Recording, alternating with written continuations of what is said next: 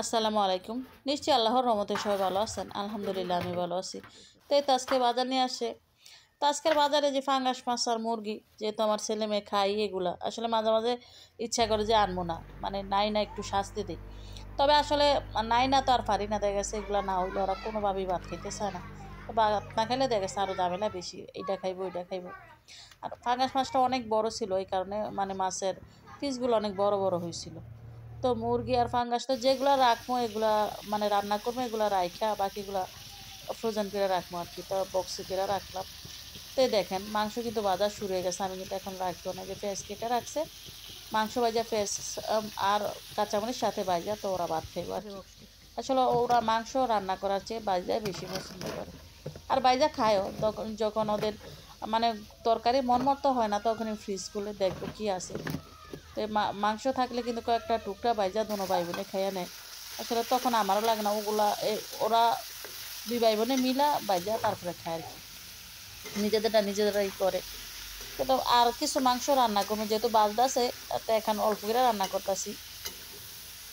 তো তেলের মধ্যে পেঁয়াজটা মরিচটা ভাইজা পরে মাংস আলু একটা টমেটো কেটে দিছিলাম, যেহেতু ফার্মের মুরগি দিয়া সব মশলা দিয়ে কিন্তু বসাই দিলাম। তো আসলে আমার মনে হয় যে আলুটা সিদ্ধ হইতে একটু সময় লাগছে, মাংসটা খুবই তাড়াতাড়ি হয়ে গেছে।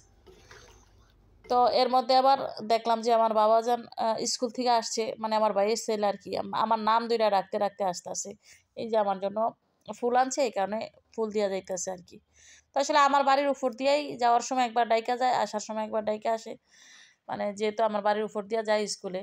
তো ক্যামেরা ধরছি দেখে একটু এভাবে রয়েছে আর কি, নয়তো আমার নাম দুইটা ডাকতে রাখতে আমার আব্বা যেভাবে ডাক দেয়, ঠিক আমার এই ছোট আব্বা আমাদেরকে এইভাবেই ডাকে আর কি।